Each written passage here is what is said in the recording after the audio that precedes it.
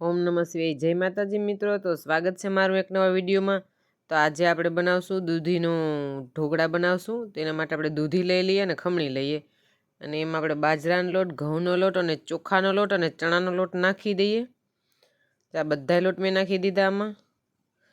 અને હવે એમાં આપણે નાખી દઈશું મેથી, અને પછી આપણે આદુનો ટુકડો એક નાખી દઈશું, તેને ખમણીને એને પણ નાખી દઈએ. અને આપણે મરચાંની પેસ્ટ બનાવી લઈએ, એમાં થોડાક ધાણા નાખી દઈએ.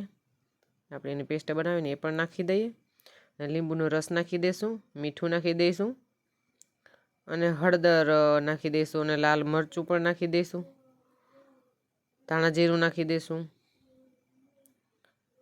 ખાંડ નાખી દઈશું, અને તેલનું મૂણ દઈ દઈશું, અને લસણ આપણે નાખી દઈશું થોડુંક. આ બધુંય નાખી દઈએ એટલે આપણે એને મિક્સ કરી લઈશું, અને લોટ આપણે બાંધી લઈશું. આપણે બહુ પોચોય નહીં, બહુ કઠણાઈ નહીં એવો લોટ બાંધવાનો છે. અને આપણે ઢોકળી કુકર આપણે મૂકી દીધું ગેસ ઉપર ગરમ કરવા પાણી નાખીને, અને એમાં આપણે બધાય ઢોકળા મૂકી દઈશું. આવી રીતના ઢાંકી દઈશું, થોડીક વાર પાકી જાય એટલે આપણે બધાય ઢોકળા જો આમ ઉતારી લેવા છે અને ઠરવા દેવા છે, અને આપણે એને કટકા કરી લઈશું ચાકુ વડે. જ્યાં બધાય ઢોકળા પાકી જશે, અને આપણે કેટલા સરસ બન્યા છે. બધાને કાપી લઈશું આપણે આ ઢોકળાને. આપણે એને વઘાર દેવાનો છે, એટલે આપણે એક કડાઈમાં તેલ મૂકી દઈએ, એમાં આપણે નાખી દઈશું રાઈ અને જીરું, અને લીમડું નાખી દઈશું, અને મરચાંના થોડાક ટુકડા નાખી દઈશું. આવી રીતના આપણે આનો તડકો દેવાનો છે, એટલે આપણે આ બધી નાખી, અને મરચાં પાકી જાય એટલે આપણે ઢોકળા નાખી દઈશું.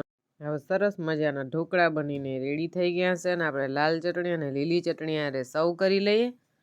અને મારો વિડીયો ગમ્યો હોય તો લાઇક, શેર અને કોમેન્ટ કરજો, અને સબસ્ક્રાઈબ કરી લેજો, એટલે સૌથી પહેલાં નોટિફિકેશન તમને મળે.